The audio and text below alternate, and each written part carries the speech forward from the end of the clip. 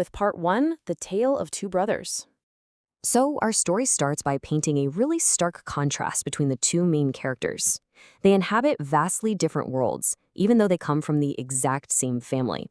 The older brother, Gangaram, is incredibly wealthy, arrogant, and his life lacks absolutely nothing. Meanwhile, his younger brother, Sewakram, lives in deep poverty in a simple mud hut with his wife and son, yet he remains incredibly humble, innocent, and kind.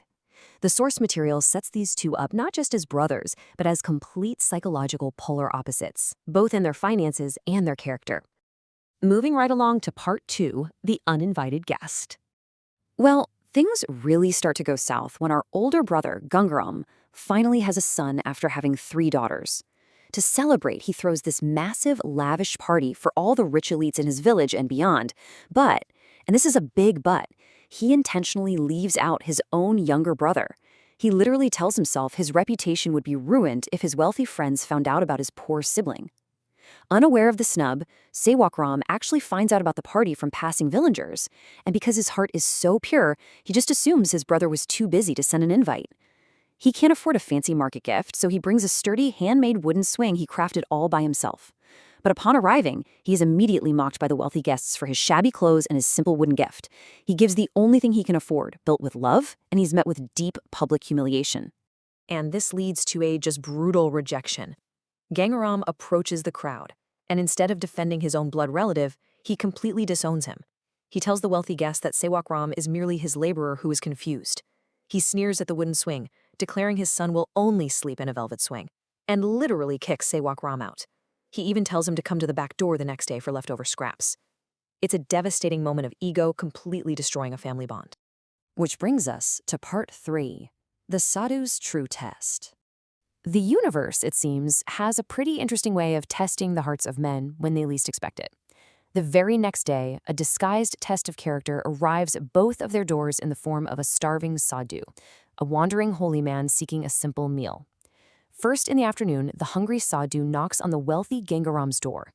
Surrounded by leftover food from his massive party, Gangaram furiously yells at him, calls him a fraud, and claims his rich food isn't meant for beggars. Rejected, the sadhu continues on and eventually arrives at Sewakram's humble mud hut. Here, Sewakram and his wife, without a moment's hesitation, warmly welcome the stranger and feed him their morning's leftover dal and roti, which, by the way, was literally the very last food they had in their entire house. And that flows right into Part 4, The Seeds of Fortune. Because of Sewakram's immense generosity with his incredibly meager resources, the narrative takes a magical turn. The sadhu decides to reward the poor brother by gifting him a pouch of magic seeds. He tells him that whatever crop he plants with these seeds will yield 10 times the normal harvest. But there are a few strict rules attached to this blessing. Sewakram must never reveal the secret of the pouch, and he must never, ever sell the seeds themselves. Sewakram is entrusted with this gift as a direct, tangible, karmic reward for his pure intentions and his willingness to sacrifice his last meal for a total stranger. Fast forward over the next 2 years, and wow, the universe entirely balances the scales. Sewakram uses the seeds to experience just unprecedented agricultural success. I mean, he goes from a mud hut to building a massive multi-story mansion, living in true peace and happiness. Meanwhile, Gangaram's arrogance catches up to him. His fields go totally barren, his laborers quit because there's no profit, and his household falls into absolute misery and declining wealth. The financial situations of the two brothers have completely 100% swapped. Now we hit Part 5, Gangaram's Arrogant Claim. Completely desperate for work and unable to farm his own barren land, Gangaram decides to visit his brother. He assumes Sewakram is still living in a mud hut and might hire him. Instead, he discovers the sprawling new mansion. Sewakram, ever the forgiving brother, welcomes him warmly and innocently explains exactly how the sadhu's blessing transformed his life. But instead of feeling happy for his younger brother, Gangaram is immediately consumed by greed. His arrogance leads him to a truly twisted conclusion. He outright claims that the magical fortune is rightfully his. Why? Because, as he argues, the sadhu knocked on his door first. He treats a spiritual blessing as if it were a stolen business transaction, totally ignoring the fact that he was the one who viciously turned the starving man away in the first place. Finally, let's wrap this narrative up with Part 6, Forgiveness and Reunion. Driven by this unbelievable sense of entitlement, Gangaram storms off into the forest to hunt down the meditating sadhu. He is determined to demand the wealth he believes he is owed, which sets up a fascinating philosophical standoff. Gangaram aggressively interrupts the sadhu's meditation and demands his rightful wealth. When the sadhu explains the wealth was a reward for respect and kindness, Gangaram actually debates him. He angrily tells the sadhu, "If you had told me you would make me richer, I would have fed you far better food than my brother did." It perfectly exposes Gangaram's fatal flaw. He views kindness entirely as a transactional investment, not a moral duty. Well, the sadhu is thoroughly disgusted by Gangaram's transactional view of humanity, and his patience finally snaps. He prepares to curse Gangaram for his unyielding arrogance and greed, threatening to destroy whatever little he has left. In an instant, Gangaram is suddenly face to face with his own total destruction.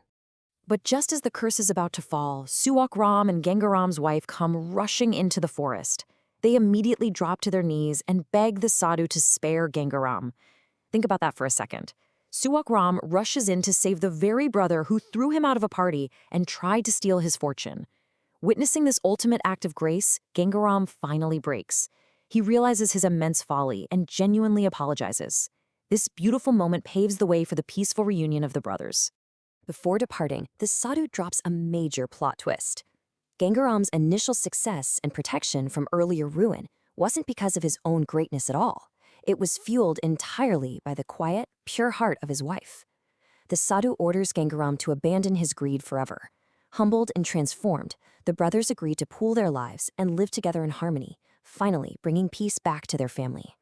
As we wrap up today's explainer, our core takeaway from the source material is pretty clear.